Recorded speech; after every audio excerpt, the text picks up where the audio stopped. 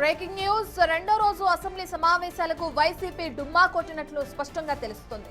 మండలికి మాత్రం వైసీపీ ఎమ్మెల్సీలు వచ్చే అవకాశం కనిపిస్తుంది. మధ్యాహ్నం 3 గంటలకు వైసీపీ ఎల్పీ సమావేశం నిర్వహించనున్నారు. సమావేశంలో రేపటి నుంచి అసెంబ్లీకి వెళ్లాలా వద్దా అనే దానిపై కూడా చర్చించనున్నట్లు సమాచారం. మెజార్టీ ఎమ్మెల్యేలు అసెంబ్లీకి వచ్చే ఆలోచనలో ఉండగా వైసీపీ అధినేత నిర్ణయం కోసం ఎదురు చూస్తున్నారంట. నిన్న ఒక్కరోజు అసెంబ్లీకి వచ్చి 11 నిమిషాలకే వాకౌట్ చేసింది వైసీపీ. 11వ తారీఖున 11 నిమిషాల్లో 11 మంది వచ్చారని మంత్రులు కూడా ఎద్దేవా చేశారు.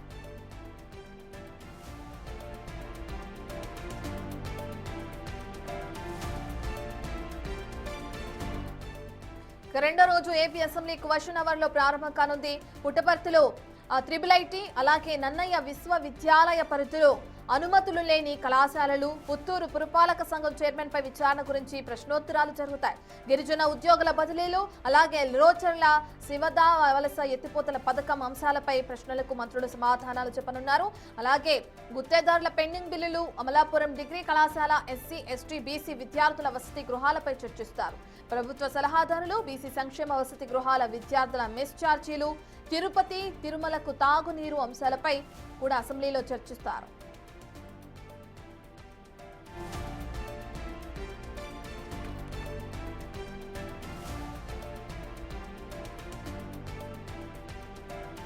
ఇక సభలో 8 సవరణ ఆర్డినెన్స్లు కూడా ప్రత్యేకంగా ప్రవేశపెట్టనుంది ప్రభుత్వం. అలాగే ఎమ్మెల్యే మద్దిపాటి వెంకటరాజు శాసనసభలో గవర్నర్ ప్రసంగానికి ధన్యవాద తీర్మానం ప్రవేశపెట్టనున్నారు. గవర్నర్ ప్రసంగం, ధన్యవాద తీర్మానంపై కూడా చర్చించనున్నారు.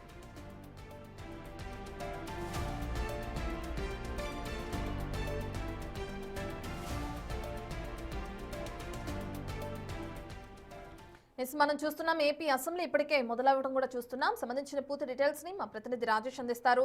రైట్ రాజేష్, ఇప్పటికే అసెంబ్లీ సమావేశాలకి వైసీపీ నిన్న డుమ్మా కొట్టడం తెలుస్తుంది. అయితే ఇప్పుడు ప్రధానంగా చర్చించిన తర్వాత వెళ్లాలా వద్దా అనే నిర్ణయం తీసుకోనున్నట్లు తెలుస్తున్నట్లుగా కూడా మనకు సమాచారం అందుతుంది. దాన్ని ఎలా చూడొచ్చంటారు? అంటే ప్రధానంగా ఇప్పటికే ఏపీ అసెంబ్లీ సమావేశాలు కూడా ప్రారంభమయ్యాయి. ఈ సమావేశంలో ప్రధానంగా ఈ రోజు ఎటువంటి అంశాలు చర్చకు వస్తున్నాయి? శాసనసభ కొద్దిసేపటి క్రితమే ప్రారంభమైంది. ప్రశ్నోత్తరాలతో ప్రస్తుతం అయితే సభ కొనసాగుతుంది. వైసీపీ ఎమ్మెల్యేలు నిన్న గవర్నర్ ప్రసంగం సందర్భంగా కేవలం 10 నిమిషాలు మాత్రమే సభలో ఉండి వెళ్ళిపోయారు. ఈ నేపథ్యంలో ఈ రోజు నుండి శాసనసభకి ఎమ్మెల్యేలు దూరంగా ఉండాలని ఆ పార్టీ నిర్ణయించింది. మరోవైపు 10 గంటలకు శాసన మండలి ప్రారంభం కాబోతుంది. శాసన మండలికి మాత్రం వైసీపీ ఎమ్మెల్సీలు అందరూ రాబోతున్నారు. దీనిపైన ఇప్పటికే నిన్న జగన్ అధ్యక్షతన సమావేశం పెట్టారు. ఈ రోజు కూడా మధ్యాహ్నం జగన్ అధ్యక్షతన ఎమ్మెల్సీలు సమావేశం కాబోతున్నారు. శాసన మండలికి వచ్చి కౌన్సిల్లో తమ వాదనని వినిపించడానికి ఎమ్మెల్సీలు అయితే రావాలని నిర్ణయించారు. మరోవైపు శాసనసభలో ప్రశ్నోత్తరాలతో ప్రస్తుతం అయితే సభ స్టార్ట్ అయింది. ముఖ్యంగా విద్యాశాఖ మంత్రికి సంబంధించినటువంటి నారా లోకేష్ సంబంధించిన ప్రశ్నలతో ప్రస్తుతం అయితే సభ కొనసాగుతుంది. మొత్తం 8 సవరణ ఆర్డినెన్స్ బిల్లు ఈ రోజు సభలో ప్రవేశపెట్టబోతున్నారు. వాటితో పాటు నిన్న గవర్నర్ ప్రసంగానికి సంబంధించి ఈ రోజు గవర్నర్ ప్రసంగానికి ధన్యవాద తీర్మానం పైన ఎమ్మెల్యే మద్దిపాటి వెంకటరాజు తీర్మానం అయితే ప్రవేశపెట్టబోతున్నారు. ఈ రోజు రేపు గవర్నర్ ప్రసంగం మీద ధన్యవాద తీర్మానాన్ని అయితే చేయబోతున్నారు. ఎల్లుండి ఉదయం 10 గంటలకి ఆర్థిక శాఖ మంత్రి పయ్యావుల కేశవ్ అయితే బడ్జెట్ ప్రవేశపెట్టబోతున్నారు. 19 ఆదివారం, సోమవారం సెషన్స్కి సెలవుపోతారు. తర్వాత బడ్జెట్ పైన చర్చ కూడా సాగబోతుంది. ఈ రోజు రేపైతే పూర్తి స్థాయిలో గవర్నర్ ప్రసంగం మీద తీర్మానం మీద అయితే చర్చ జరగబోతుంది. ముఖ్యమంత్రి ప్రసంగం కూడా ఈ రోజు ఉండబోతుంది. రేపు కూడా ముఖ్యమంత్రి ప్రసంగించబోతున్నారు. ప్రస్తుతానికైతే సభ కొనసాగుతుంది. మరోవైపు వైసీపీకి సంబంధించినటువంటి వ్యవహారంలో కేవలం నిన్న సభకు రావడం కూడా వ్యూహాత్మకంగానే వచ్చారంటూ నిన్న కూటమి ఎమ్మెల్యేలు సభ్యులందరూ కూడా మండిపడుతున్నారు.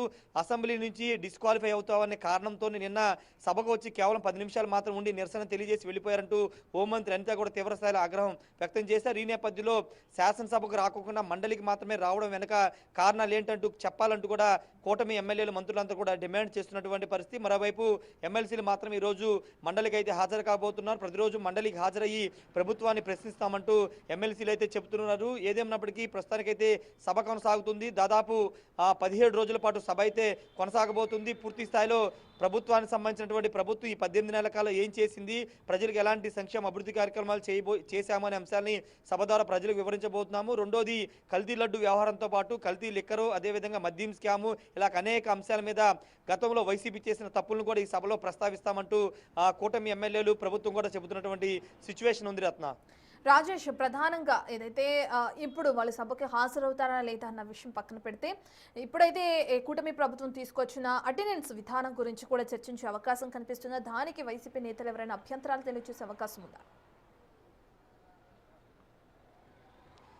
ప్రస్తుతానికి వైసీపీ సభ్యులు ఎవరు దీని మీద అభ్యంతరం చెప్పలేదు. నిన్నటి నుంచి డిజిటల్ అటెండెన్స్ అనే విధానాన్ని తీసుకొచ్చారు. ఈరోజు నిన్న ఎవరెవరు సభ్యులు సభలోకి వచ్చారు, ఎవరెవరు వారి చైర్లో కూర్చున్నారనే పూర్తిస్థాయి డేటాని సేకరించారు. ప్రతిరోజు కూడా ప్రత్యేకంగా అమర్చినటువంటి స్పీకర్ పోడియం చుట్టూ ఏర్పరిచినటువంటి కెమెరాల ద్వారా ఎవరెవరు సభ్యులు వచ్చారు, సభ్యులు వచ్చి వాళ్ళ కేటాయించిన సీట్లో ఎంతసేపు కూర్చున్నారనే పూర్తి డేటాను సేకరించబోతున్నారు. ఇది కేవలం అటెండెన్స్ పర్పసే కాదు, సభ్యులు ఎంతసేపు సభలో ఉంటున్నారు, ఎవరెవరు ఎంతసేపు మాట్లాడుతున్నారు అనే అంశాన్ని కూడా ప్రభుత్వం దృష్టికి వెళ్ళబోతుంది. అసెంబ్లీ రికార్డ్స్లో కూడా నమోదు కాబోతుంది. నిన్న జరిగిన ఎన్డీఏ శాసనసభ పక్ష సమావేశంలో ఈ అంశం మీద ముఖ్యమంత్రి చంద్రబాబు కూడా మాట్లాడారు. ప్రతిరోజు ఎవరెవరు సభకు వస్తున్నారు, ఎవరెవరు ఏ అంశం మీద మాట్లాడుతున్నారు, ఎంతసేపు సభలో ఉంటున్నారు అంశాన్ని కూడా నేను ప్రత్యక్షంగా చూస్తాను, వివరాలు తీసుకుంటానంటూ నిన్న చంద్రబాబు కూడా చెప్పారు. ప్రతి సభ్యుడు కూడా ఉదయం 9 గంటల నుండి 2 గంటల వరకు సభలో ఉండాల్సిందే, చర్చలో పాల్గొనాల్సిందే, వారి నియోజకవర్గ సమస్యల మీద మాట్లాడాలి. ప్రతి సభ్యుడు కూడా సబ్జెక్ట్ మీద అవగాహన పెంచుకోవాలని నిన్న కొంత చంద్రబాబు ఎమ్మెల్యేల తీరుపైన కొంత అసహనం వ్యక్తం చేసిన నేపథ్యంలో ఈరోజు అంటే డిజిటల్ అటెండెన్స్ కోసం ఏర్పాటు చేసినటువంటి ఆ కెమెరాల ద్వారా ప్రతి సభ్యుడు కదలికలతో పాటు ఆ సభ్యుడు సభలో ఏమేమి మాట్లాడుతున్నారు, ఎంతసేపు ఉంటున్నారు, ఎంతసేపు ప్రసంగిస్తున్నారు అనే అంశాలను కూడా పరిగణించబోతున్నారు. అవన్నీ కూడా రికార్డ్ అవ్వబోతున్నాయి. దాని ద్వారా సభ్యులు అటువంటి పర్ఫార్మెన్స్ ను కూడా బేరీజ్ వేసుకునే అవకాశం ఉంటుందని నిన్న చంద్రబాబు చెప్పారు. కాబట్టి పూర్తి స్థాయిలో సభ్యుల అటెండెన్స్ తో పాటు పూర్తి స్థాయి పర్ఫార్మెన్స్ మీద కూడా ఈ రోజు నుంచి పూర్తిగా అసెంబ్లీ రికార్డ్స్ లో ఉండబోతుంది రత్న. 3 గంటలకి వైసీపీ ఎల్పీ సమావేశం కూడా జరిగే అవకాశం ఉన్నట్లు తెలుస్తుంది కదా రాజేష్, మరి దానికి సంబంధించిన డీటెయిల్స్ ఏంటి? ఆ 3 గంటలకు జరిగే సమావేశంలో ప్రధానంగా ఎటువంటి అంశాల గురించి మాట్లాడి ఏ నిర్ణయాలు తీసుకునే అవకాశం ఉంది వైసీపీ?